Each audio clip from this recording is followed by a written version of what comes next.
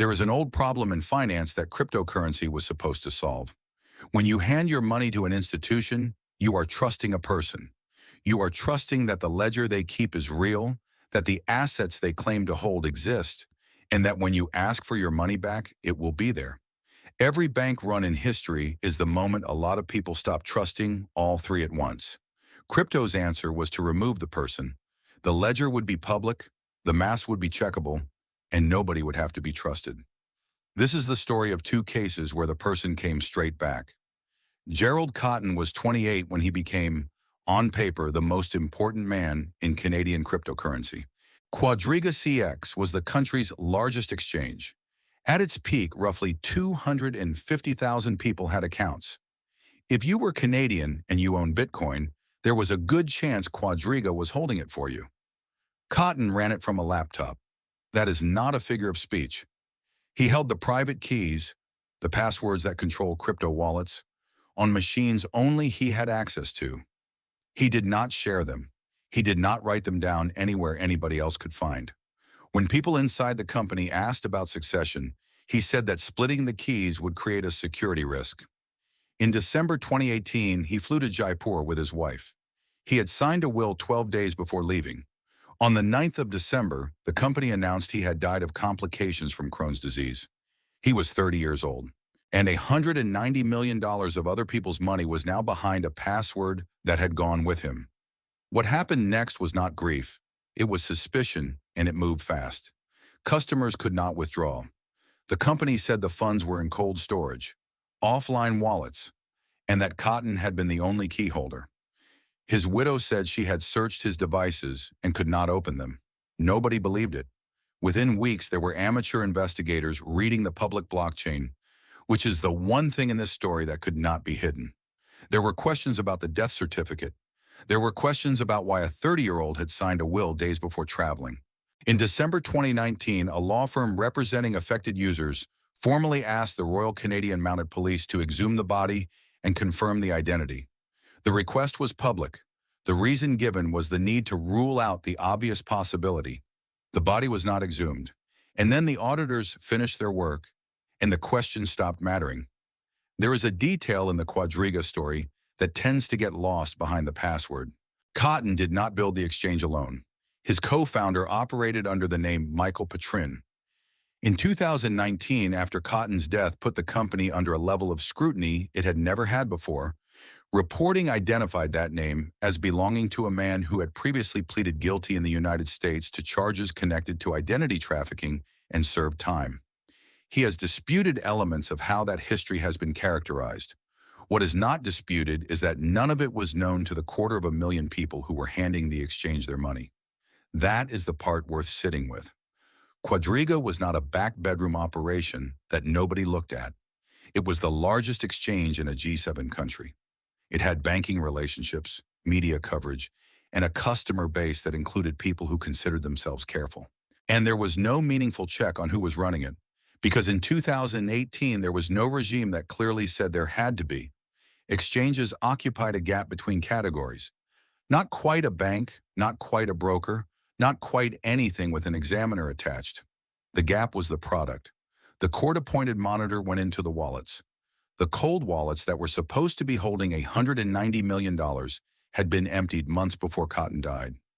Some had been empty since early 2018. Funds had been moved to other exchanges and traded, and the trading had lost money. The Ontario Securities Commission later published its own review.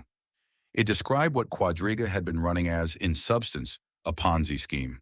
Client deposits had been used to cover other clients' withdrawals, and an internal account had been credited with assets that did not exist. There was no fortune behind the password. There had not been one for a long time. The missing key was not the problem. It was the story told about the problem.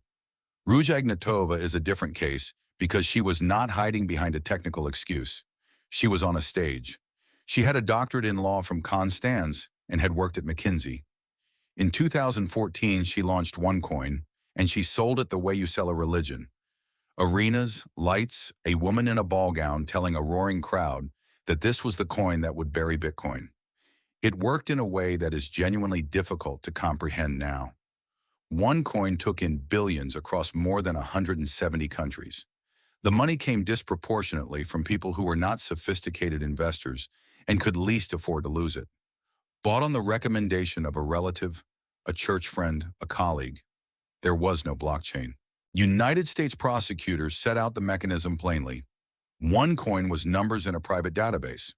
There was no public ledger anyone could inspect because a public ledger would have shown that the coins did not exist. And the price, the number that made everybody feel rich, was not set by any market. According to the prosecution, it was set internally by hand.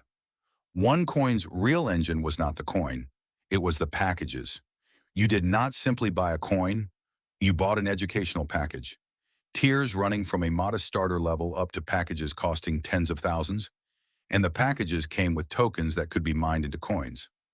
Prosecutors described the education material itself as largely plagiarized. The structure paid on recruitment. Bring people in beneath you and you earned commission on what they bought and on what the people they brought in bought. That is what pushed the thing across 175 countries in under 3 years without conventional advertising. The sales force was the customers. And because the price was published internally rather than discovered on any market, everyone's account balance went up, together, on a schedule. You could log in and watch yourself getting richer. There was simply nowhere to sell. When people did try to withdraw in volume, the exchange window was restricted. Investigators in multiple jurisdictions reached the same conclusion at roughly the same time, and by the middle of 2017, there were active criminal investigations in Germany, the United States, and elsewhere, which is the context for what Ignatova did next. By 2017, the investigations were closing. On the 25th of October, Ignatova boarded a flight from Sofia to Athens. That is the last confirmed sighting of her. It has been more than 8 years. Her brother, Konstantin Ignatov, pleaded guilty and cooperated. Mark Scott, an American lawyer who laundered hundreds of millions for the scheme, was convicted and sentenced to 10 years. Sebastian Greenwood, the co-founder, was sentenced to 20 years.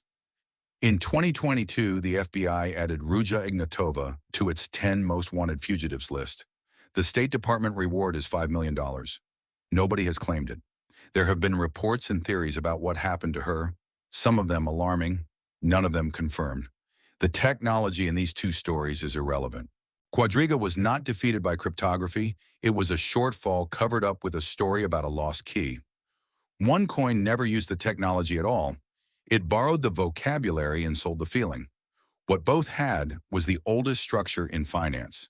A small number of people who could see the real numbers, a very large number of people who could not, and a gap between the two that stayed open as long as nobody withdrew at once.